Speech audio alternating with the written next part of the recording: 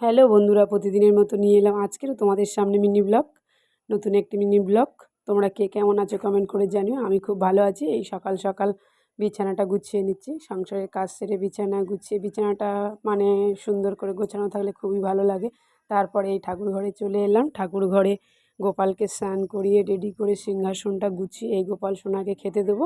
গোপাল সোনাকে খেতে দিয়ে আমি আবার দোকানের জন্য রওনা হব। এই দোকানের জন্য বেরিয়েও পড়েছি। দোকানের পথে হাঁটতে হাঁটতে গিয়েছি, তারপরে এই দোকানে চলেও এসেছি। দোকানে একটু ফাঁকা ছিল তাই টিফিনটা করে নিলাম। দোকান থেকে 11:30 15:30 বাড়ি চলে এসেছি। বাড়ি এসেই রান্না করছিলাম। আর কি কি রান্না করেছি তো দুপুরবেলা তোমাদেরকে দেখিয়েছি। আর তারপরে এই আবার দেখিয়ে দিলাম, ডাল হয়েছিল আর 5 রকম সবজি দিয়ে মাছের মাথা, পাঁপড় ভাজা হয়েছিল আর ডিম ভাজা, আলু সিদ্ধ। এটাই আমাদের আজকের মেনু হয়েছিল। তারপরে এই দুপুরবেলার খাওয়াটা সেরেই নিলাম। দুপুরবেলা খেয়ে একটু বিকালে ঘুম দিয়ে রেস্ট নিয়ে একটু বিকালেই জল খাচ্ছিলাম, গরম জল খেয়ে তারপরে সন্ধ্যা টন্ধা দিয়ে আর আজকের মেয়েকে পড়াবো বলে বাড়ি ছিলাম। তারপর দেখছি রাতে বৃষ্টি হচ্ছিলো আর রান্না করলাম না, কাল বৃহস্পতিবার তাই একটু বিরিয়ানি এনেছিল। এটাই আজকেকার রাতের খাবার।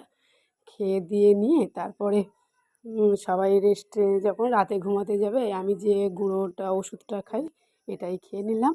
খেয়ে রাতে ঘুমিয়ে পড়লাম। ভিডিওটা ভালো লাগলে লাইক কমেন্ট শেয়ার করো আর আমার পাশে থেকো।